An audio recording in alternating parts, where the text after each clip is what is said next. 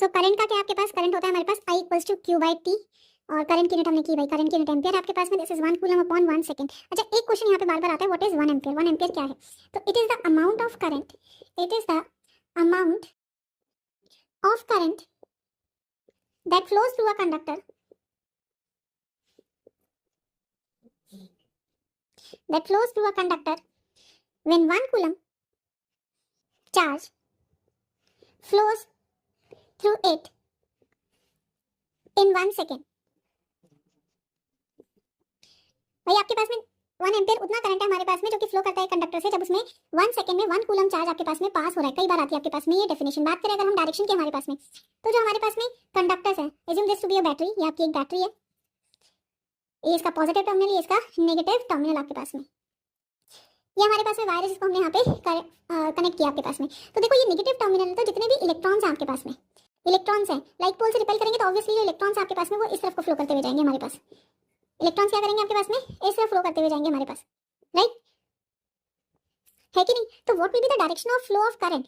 Direction of flow of current क्या होगा आपके पास? Direction of flow of current will be आपके पास में this is conventional flow of current, और वो क्या होता है आपके पास में, opposite to the direction of electrons आपके पास, मींस पॉजिटिव टू नेगेटिव की ओर आपके पास। कैसे होंगे? पॉजिटिव टू नेगेटिव की ओर, नॉट टेकिंग द, क्या कहते हैं, मैं सिंबल्स को नहीं करें, तो सिंपल, बहुत सिंपल है आपके पास में, टेबल में आपको लिखना है, बहुत बार करा भी दी है आप लोगों को। ओम्स लॉ की बात करते हैं सीधा से, हमारे पास सबसे पहला जो लॉ इस पे आता है आपके पास में, that is Ohm's law.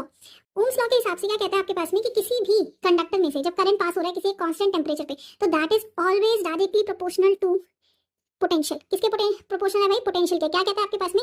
It states that at constant temperature, at constant temperature, the current flowing through a conductor is directly proportional